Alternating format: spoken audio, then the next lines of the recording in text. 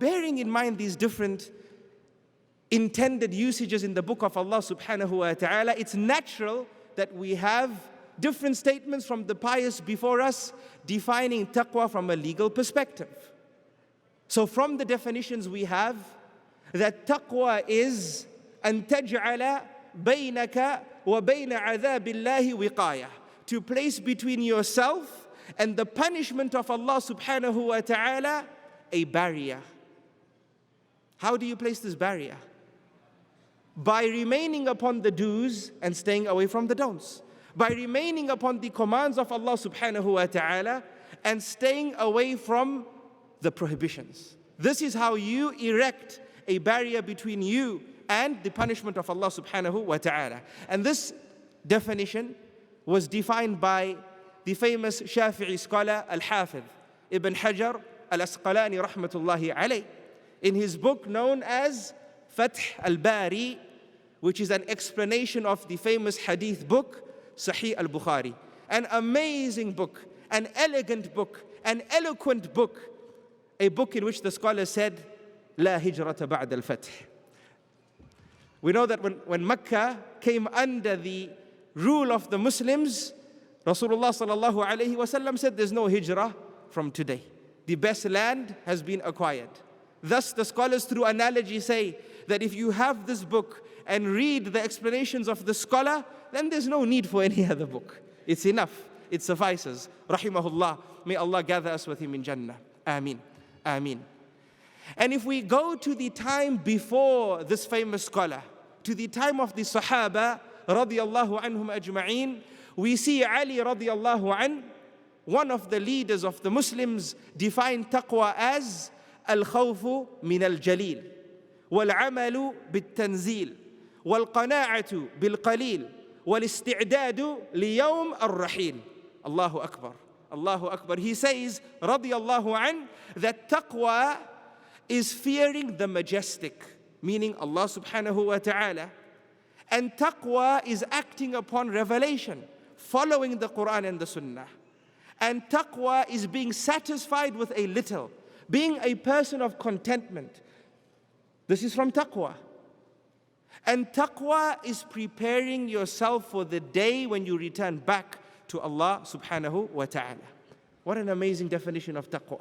In fact, in another explanation of taqwa, Umar ibn al-Khattab radiyallahu an, the leader of the Muslims, he turns to Ubay ibn Ka'b radiyallahu an, and he asks him, "Oh Ubay, what is taqwa? What is your understanding of taqwa?"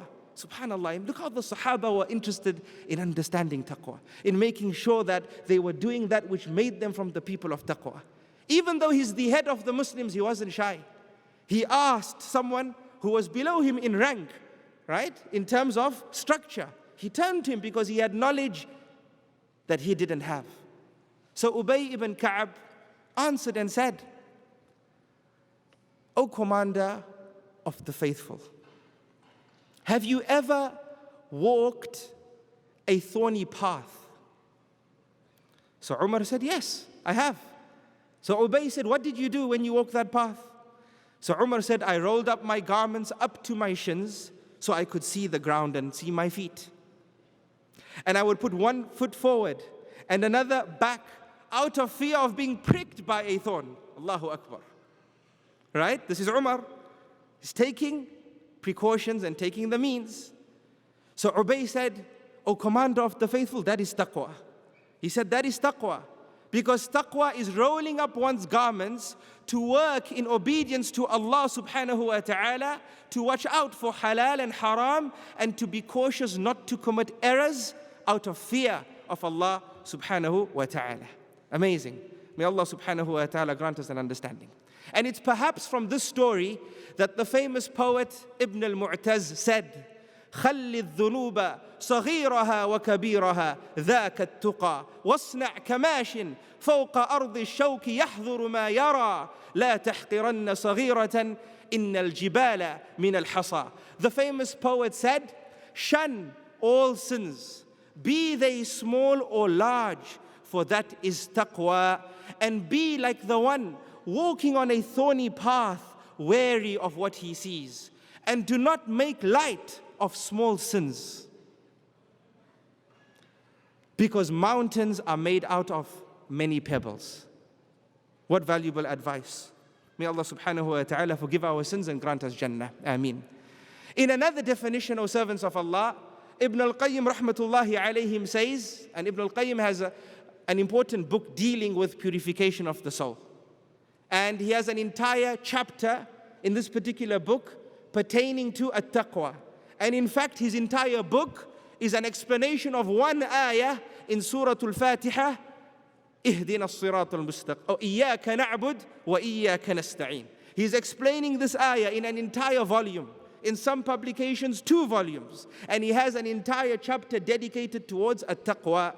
And he says, rahmatullahi alayh, that taqwa is to act in the obedience of Allah out of faith and desire for reward, in respect to both commands and prohibitions. So when you do something, you do it because you believe in Allah, and you do it expecting Allah to reward you.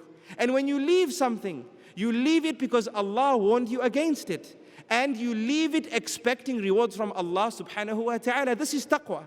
And that is why Rasulullah sallallahu alayhi wa sallam said, من قام رمضان إيمانا واحتسابا غفر له ما تقدم من ذنبه ومن صام رمضان إيمانا واحتسابا غفر له ما تقدم من ذنبه. He said, sallallahu alayhi wa sallam, that the one who stands the night of Ramadan and fasts the day of Ramadan because he knows Allah has commanded him to do it, and he believes in Allah, and he does it whilst expecting Allah to reward him, subhanallah, with the condition that he believes that Allah will reward him.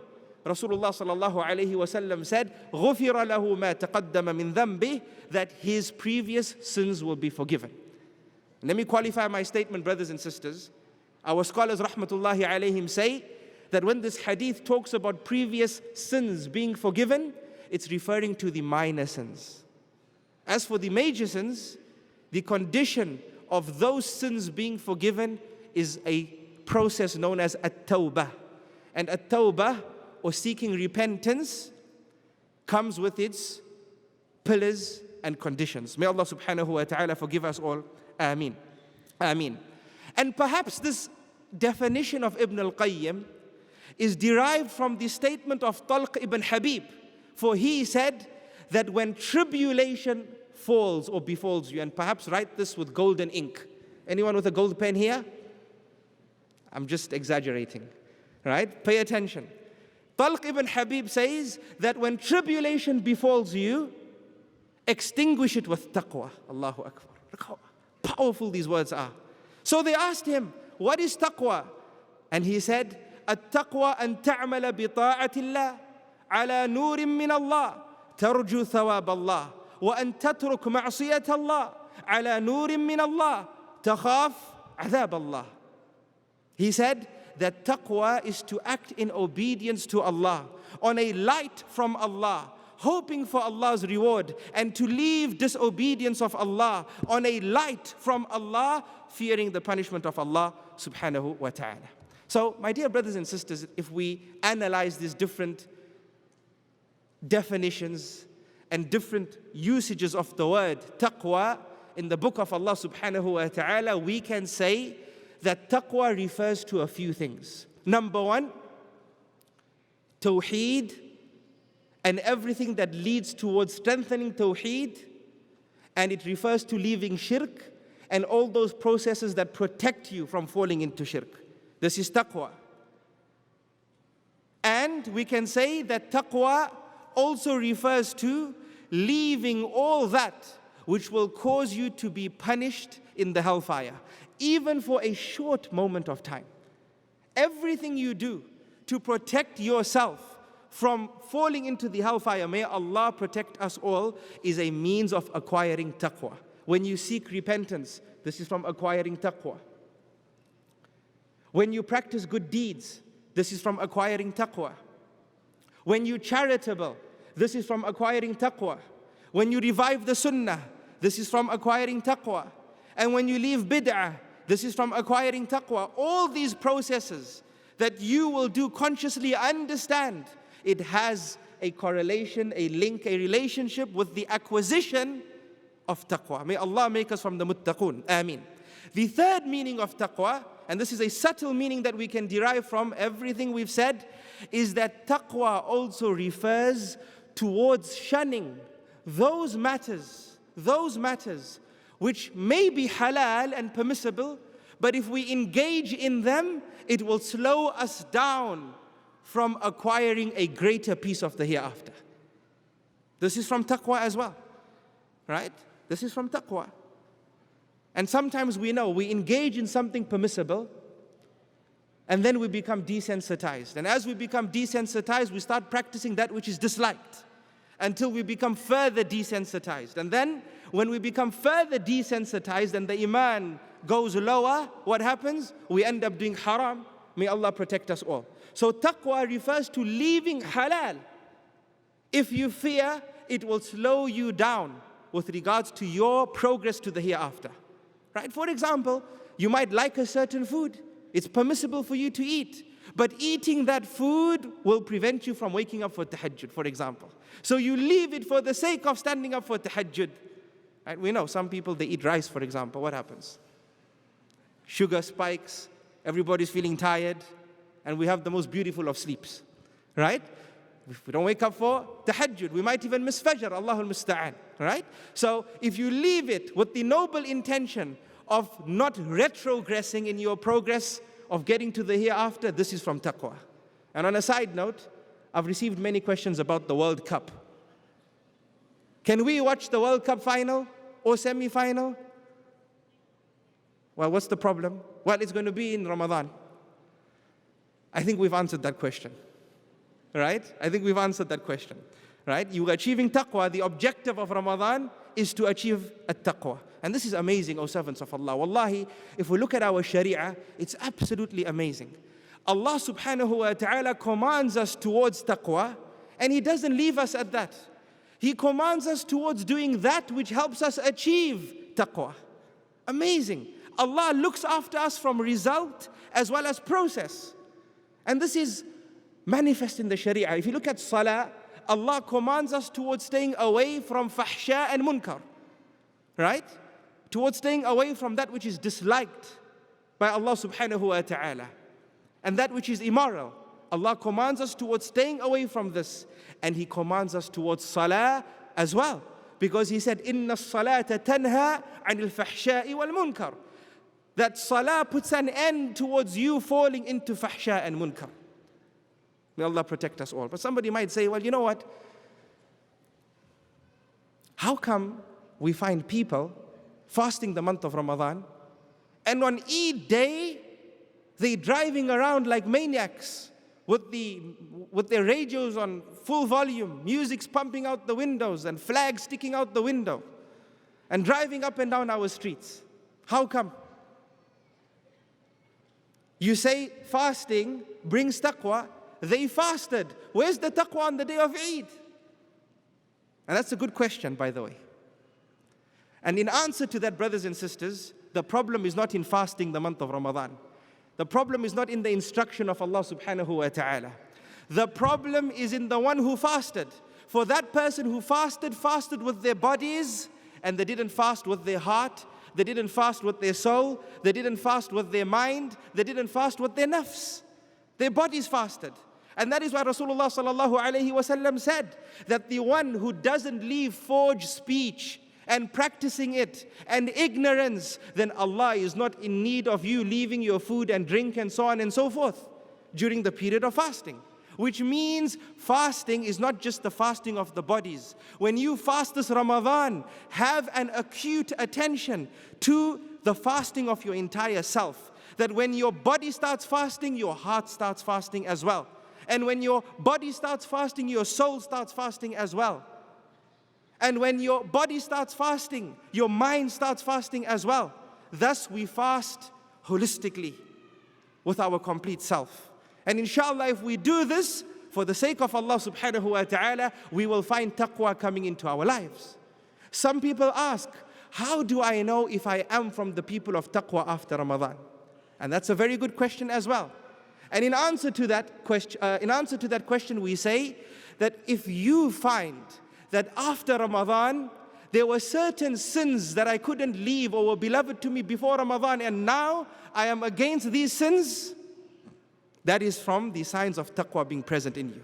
But if you find yourself still inclined towards those sins in the same way, then we ask Allah subhanahu wa ta'ala's forgiveness. Brothers and sisters, I've just been given a red card. They told me my time is up. I thought I'll get a yellow before the red, but it didn't happen. Before I end, brothers and sisters, what I'm going to say is, we're in World Cup fever at the moment, and there's the Olympics that finished. But what's a great lesson from these sporting events that we can derive to make ourselves better is how well the athletes train before they start the event. They train. The Olympian is running for 4 years before he runs that one marathon.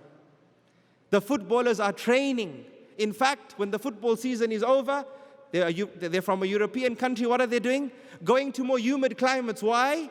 Because the World Cup is in Brazil. We need our bodies to climatize. We're not used towards running in these temperatures, in these conditions, and these environments. Our bodies will tire. And Brother Evan said many of you were watching the World Cup last night, so I'm sure you saw all the cramps that... No, let's not say anything there. But what we're saying is the bodies need to climatize. Money is spent sending players abroad so that their bodies climatize, right? Let's learn from this, brothers and sisters. Prepare for Ramadan from now. Prepare for Ramadan from now. If you want to be a diligent faster in the month of Ramadan, start fasting now. If you want to be diligent with tahajjud in Ramadan, start tahajjud now. If you want to be diligent with salatul duha, start salatul duha now. Train for Ramadan. Don't be deceived by shaitan before he's locked up that don't worry, you have time. When Ramadan starts, you'll climatize. You will, but after 10 days and after a third of Ramadan is gone. Don't lose Ramadan, O servants of Allah. Respect it. It's a gift from Allah, and respect it by preparing for it. When you value a guest that visits you, you prepare for that guest. You make sure the room is proper, and you make sure the transport is arranged, and you do everything to make their stay comfortable. We will receive in a few days' time the greatest guest that we can receive, and that is the guest of Ramadan. Let us train from now, let us prepare from now, and let us be diligent, O servants of Allah and O children of Adam. I ask Allah subhanahu wa ta'ala to grant us life to witness another Ramadan. Ameen. I ask Allah subhanahu wa ta'ala to make us diligent before Ramadan and during Ramadan. Ameen. And I ask Allah subhanahu wa ta'ala to protect us from the curse of Jibreel alayhi salam, in which Muhammad sallallahu alayhi wasallam said Ameen too, when he said, curse be upon the person who witnesses Ramadan and Ramadan leaves them without them being forgiven. I ask Allah to protect us from the dua of Jibreel alayhi salam. Ameen. Everything correct said, my dear brothers and sisters, is from Allah subhanahu wa ta'ala, and He's perfect. Any mistakes are from myself and shaitan, and I seek Allah subhanahu wa ta'ala's forgiveness. I love you all for the sake of Allah. I thank you for your attentiveness and giving me the opportunity, and I remind you before walking off towards sincerity. By Allah, make sure that you are here for the sake of Allah. You are here for the sake of Allah. Make sure that you're not here because your friends are here. And make sure that you're not here because a specific speaker is here. By Allah, you are here for the sake of Allah, to worship Allah. Don't even say that you're here to learn. Say that I am here to worship Allah through the process of learning. Live your life for Allah. Do something for Allah. Leave something for Allah. For wallahi, nothing matters besides Allah subhanahu wa ta'ala. Jazakumullahu khairan. هذا والله أعلم وصلى الله وسلم وبارك على نبينا محمد وعلى آله وصحبه أجمعين.